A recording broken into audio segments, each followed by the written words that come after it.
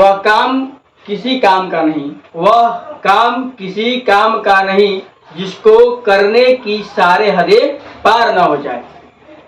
Hello everyone, I am Durgesh Mishra from मां Saraswati classes. तो आइए फ्रेंड, हम आज के क्लास को चलते हैं। तो आज का हमारा क्लास है कोऑर्डिनेट ज्योमेट्री का एक्सरसाइज 7.1। ठीक है, आज का क्लास आपको बहुत ही बढ़िया तरीके से समझ में आने वाला है। ठीक है, ठीक है। क्वेश्चन नंबर 6 है कि check whether the flowing points are quadrilateral. हमको चेक करना है कि जो पॉइंट दिया हुआ है या क्वाड्रिलेटरल है या नहीं, यानी कि चतुर्भुज है या नहीं, और चतुर्भुज है तो कौन सा चतुर्भुज होगा यही बताना है, कौन सा क्वाड्रिलेटरल होगा ये भी हमको बताना है।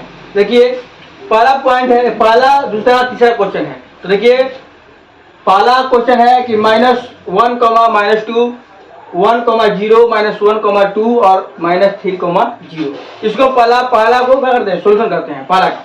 ठीक है, लेट ए का जो पॉइंट दिया हुआ है, हमने माना कि जो ए का पॉइंट दिया हुआ है -1, 2 है, बी का 1, 0 है, सी का -1, 2 है एंड डी का -3, 0 है। ठीक है, व्हाट इज ऑफ क्वाड्रिलेटरल, यानी कि क्या है, यह जो है वह चतुर्भुज के शीर्ष बिंदु है।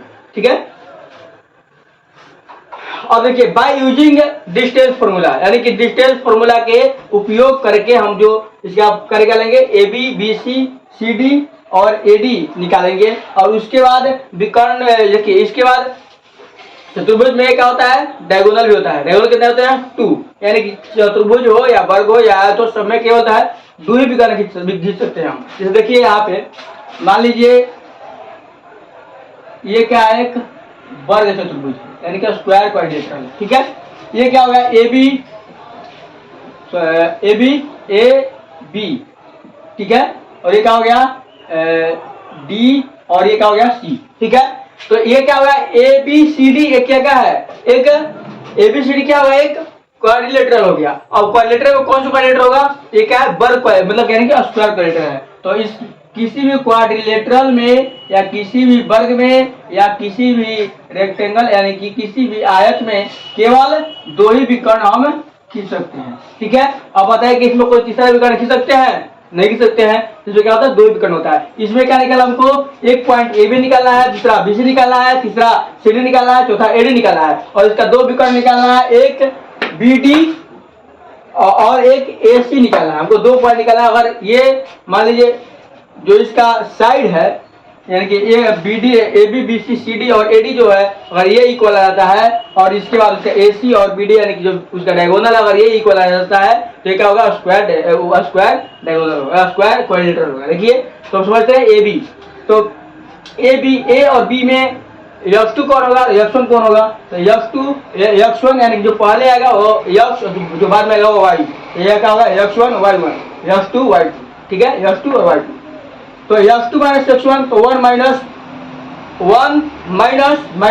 यानी कि 1 माइनस कॉस्ट में -1 लिख दिए, क्योंकि यहाँ पर पहले से हमारा जो फॉर्मूला है उसमें माइनस है, और ये यहाँ पर क्या है, जो पॉइंट दिया हुआ है इसमें -1 है, इसलिए क्या होगा, -1 कॉस्ट में प्लस y2, तो y2 क्या होगा, यहाँ पे 0 हो जाएगा, और y1 क्या होगा, तो 2 हो जाएगा, यानी कि 0 - 2। ठीक है, 0 - 2, सॉरी यहाँ पे देखिए माइनस था, यहाँ माइनस। ठीक है, तो क्या होगा, -2 हो गया। उसके बाद देखिए 1, ये क्या होगा, माइनस प्लस हो जाएगा, तो 1 + 1, 1 + 1 का स्क्वायर प्लस 0, ये क्या है, माइनस प्लस हो जाएगा, 0 + 2 का स्क्वायर, तो 1 1 2 का स्क्वायर प्लस 0 + 2 हो जाएगा, तो 2 का स्क्वायर यानी कि 2 का स्क्वायर 4 और 2 का स्क्वायर 4, कितना आएगा, √8। हम लोग क्या मान लिए, इक्वेशन नंबर 1 मान लिए। अगेन पुनः BC, अब ए बी निकाल लिए, अभी क्या निकालेंगे, BC निकालेंगे, बी और सी। BC के लिए x2 ये और y2 ये हो जाएगा, x1 1 और x2 0 हो जाएगा, सॉरी y1 0 हो जाएगा। ठीक है, उसका देखिए BC, तो BC x2 - x1, तो x2 - x1 यानी कि -1 - 1 हो जाएगा।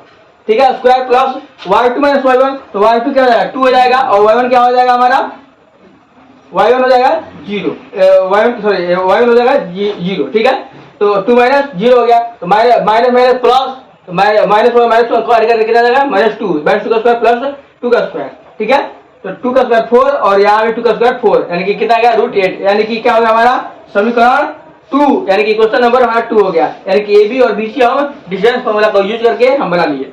आई होप फ्रेंड ये मतलब बताया क्वेश्चन ये बता रहे हैं अच्छे से समझ रहे हैं, ठीक है। इसके बाद आते हैं अब अगेन सी डी, यानी कि ए भी निकल गया, बी सी भी निकल गया, अब निकालेंगे सी डी निकालेंगे। सी डी यानी कि एफ टू माइनस 3 हो जाएगा और वाई एक्स वन कितना है -1 है, तो एक्स टू माइनस 1 का square plus y two minus y one, तो वाई टू 0 और वाई वन 2 यानी कि 0 - 2 का स्क्वायर हो गया, ठीक। उसके बाद -3 और यहाँ माइनस का हो जाएगा प्लस, यानी कि -3 + 1 का स्क्वायर प्लस 0 - 2 का स्क्वायर, ठीक है। तो -3 + 1 माइनस प्लस माइनस होता है, 3 में से 1 जाएगा तो पकड़ेगा -2 का स्क्वायर प्लस -2 का स्क्वायर, यानी कि 2 का स्क्वायर 4 और 2 का स्क्वायर 4 कितना √8, ठीक है। √8 यानी कि इसको हम क्या मान लिए, इक्वेशन नंबर 3 मान लिए, इक्वेशन नंबर 3। अब देखिए ए बी भी सेम आया, बी सी भी सेम आया और सी डी भी सेम आया, यानी कि इसका जो डिस्टेंस निकाले कितना है √8 और √8 आया। अब निकालते हैं अगेन ए डी, अब निकालते हैं, ठीक है। तो A D equal √x2 square plus y2 - y का स्क्वायर, यानी कि x2 -3 हो जाएगा। ए और डी में देखना है हमको, इसमें ए में और डी का पॉइंट देखना है, दो को पॉइंट देखना है हमको, ठीक है। तो ए में देखेंगे, इसमें देखेंगे -3 हो जाएगा, यानी कि x2 और माइनस और यहाँ पे क्या है x2 माइनस है, -1 है तो -1 का स्क्वायर हो जाएगा प्लस y2 क्या है, तो y2 यहाँ पर क्या है 0 हो गया, हो जाएगा यानी कि 0 हो गया, माइनस और y1 क्या है -2 है तो -2 का स्क्वायर, ठीक है।